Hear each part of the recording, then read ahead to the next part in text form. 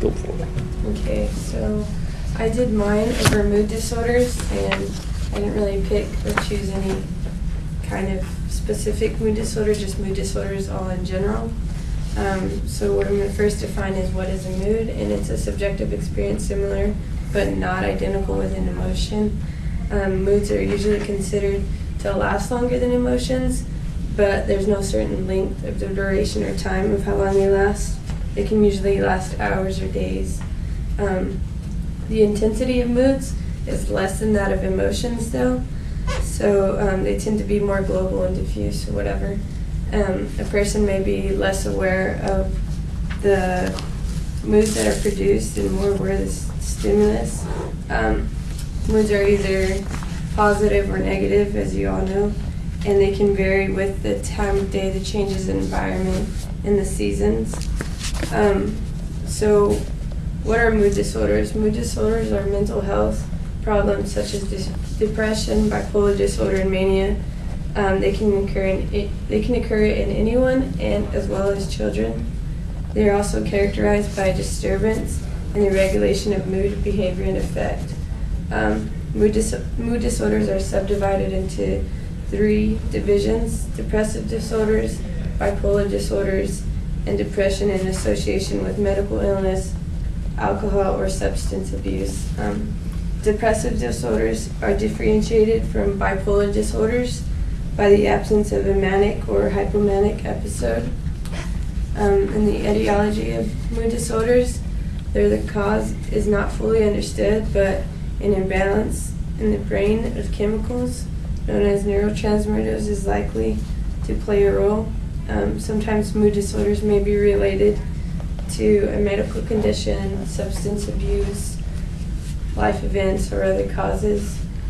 The most common types of mood disorders include major depression, dysthymic disorder, dysthymic, there you go, mild depressive disorder, and bipolar disorder, in which episodes of severe depression and mania, which is elevated mood, occur in the same individual.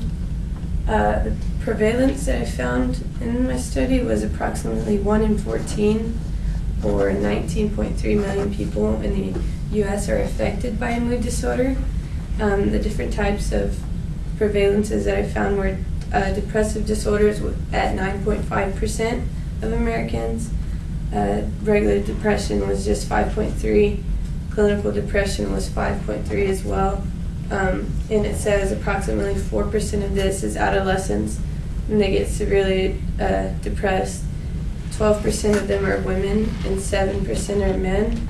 And lifetime risk of an episode for women is 20%, and 3 to 4 million in men. Bipolar disorder, it was 1.2% of the population, which is 2.3 million adult Americans, and then schizophrenia at 2.2 million American adults. And then there was also this chart that just shows like a 12-month prevalence right here, and just how high it goes. I think the highest right here, it says lifetime prevalence was at 20.8%, and then the 12-month prevalence was 9.5%, and then when it was classified as severe, it was at 4.3%. Symptoms of mood disorders includes feelings of sadness, hopelessness, helplessness, or inadequacy that do not go away, guilt, suicidal thoughts, fatigue, changes in appetite, irritability, difficulty concentrating, and trouble engaging in daily tasks and or relationships with friends or of the opposite sex and family members. Mood disorders can also cause an elevated mood, which is called mania, that is accompanied by feelings of grandiosity, extreme energy, and heightened arousal. These feelings are stronger and last longer than normal, and they usually interfere with a person's day-to-day life.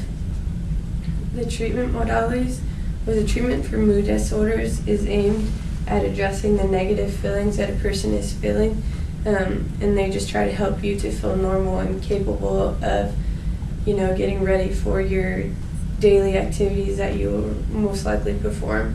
Sometimes therapy such as talk therapy or psychotherapy can help you cope with the difficult events that may have taken place, and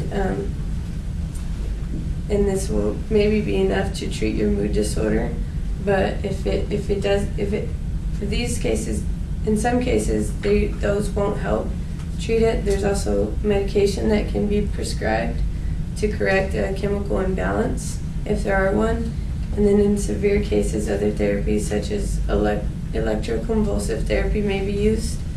The common treatments for mood disorders include antidepressant medications just to improve your mood, antipsychotic medications if indicated to treat disordered thought patterns and altered perceptions, cognitive behavioral therapy to work with your thought patterns and behavior, family therapy to help support and understand, group therapy,